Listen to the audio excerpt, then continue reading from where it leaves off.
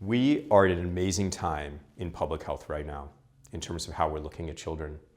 And I'm hoping that we all come together to figure out how to support children in a way that will affect them now and our entire population far, far into adulthood.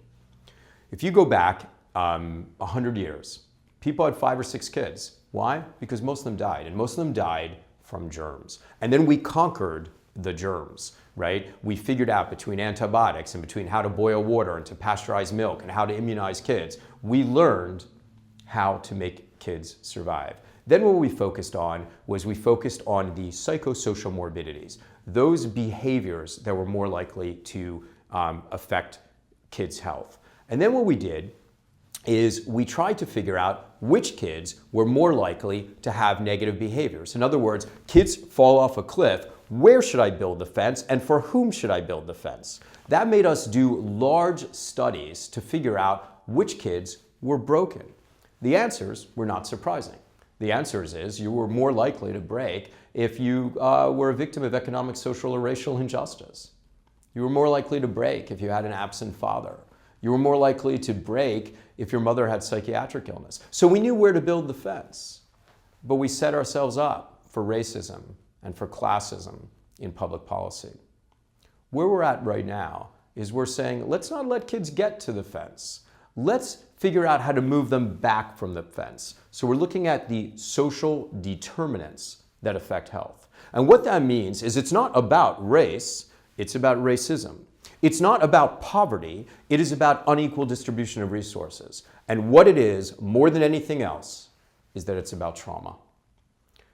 We now understand what adverse childhood experiences do to kids. There was an amazing study led by Felidi and Anda in 1998, and we're just beginning now to really move forward with our knowledge of what this means. Here's what they did. They looked at thousands of mostly middle-class people in California. And they were looking at 50, 60, 70-year-olds. And they asked them all the regular questions that studies ask, like what's happened to your health? What's happened in your life? Tell us a little bit about who you are, your race, your gender, your age. But they did something different. They said, tell us about what happened to you when you were a child. And they looked at whether you were abused, whether you witnessed violence, whether your parent used drugs. And here's what we learned. We learned that if you were abused, you were more likely to get divorced during your adulthood. Not a surprise. If you were abused, you were more likely to do drugs during adulthood. I don't think that's a surprise either. We learned that you were more likely to get viral hepatitis. Not a big surprise if you understand how you get it. You were more likely to be obese. You were more likely to get diabetes. You were more likely to get heart disease. You were more likely to get strokes. You were more likely to get certain kinds of cancers. You were more likely to get autoimmune diseases. You were more likely to get osteoporosis. You were more likely to get brittle bones as an elderly woman if you were neglected or abused as a child. That is shocking, but not surprising if you understand the body. And there's this magical unless that I need you to hear, because this would be terrible news. But the unless is unless you had a loving, responsible adult who stood beside you through the most difficult times. And if you did, you ended up looking very much like everybody else. Which means, folks, that we are at a pivotal moment in public health. It means that what we do is we work hard to eliminate any sorts of child maltreatment or neglect. We raise kids up.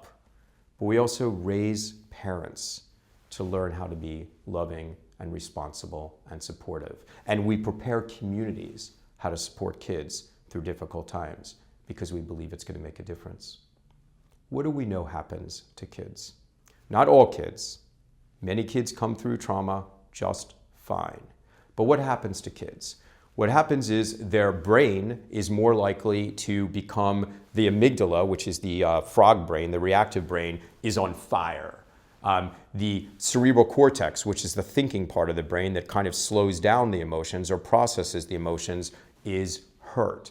The hippocampus, which is the part of the brain that helps you integrate thoughts, feelings, and facts, is damaged. So what does it mean kids are like when they've been traumatized? Not all kids, but they're more likely to be hyper vigilant, to never know when something bad is going to happen. As a result, they don't necessarily trust us, and they've earned the right to not trust us. What else does it make you? It makes you reactive. It makes you more likely to be volatile, to snap in a second. Why? Because you had to. What else? It makes you more likely to be dissociative, to zone out. Why? If you speak to someone who's been abused, they can remember what their ceiling looked like. They can remember the crack on the ceiling, how many dots were on the tiles, but they don't remember their childhood. Thank God, because it's protective for them to have lost those memories. And then they needed to fill up those spaces, those absent moments, with a story.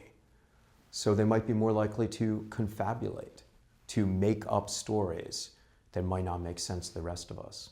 They might be more likely to lie. Why?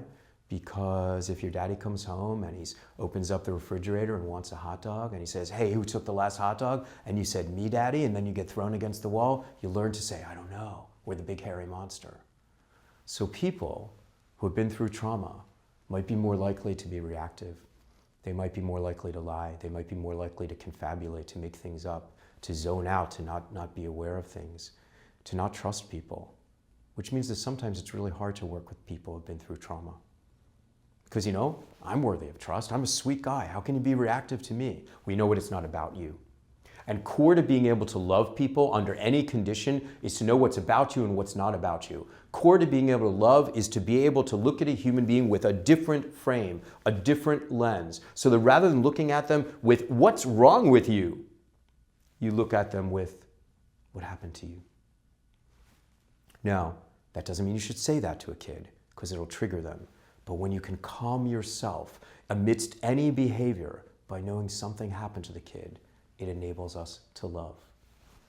Another big thing we have to do is learn how to hold people's pain without owning their pain. We can't conquer their past, but we can make it safe to feel again. We can hold their pain.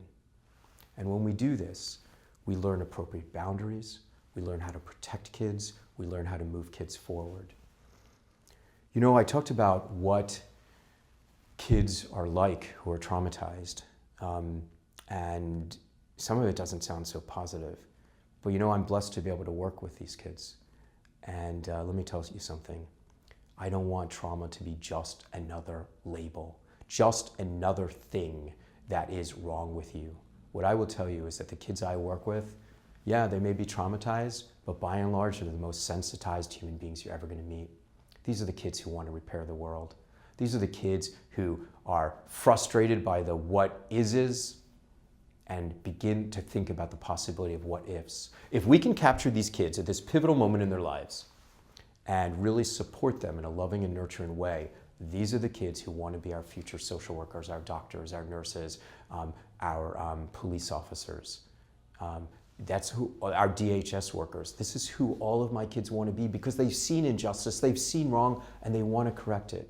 It's a magical moment in time. If we can harness their sensitivity and make them know that trauma is awful, but it also creates growth. Resilience is not about invulnerability. Resilience is about being able to bounce. When we're looking at what successful kids should be, we want to raise a generation of kids who are compassionate, who are loving, who are generous of spirit, who are empathetic. These kids that I'm talking about who have been through so much, who have been through so much heart, they have this by the gallonful when we can draw it out and make it safe again for them to feel.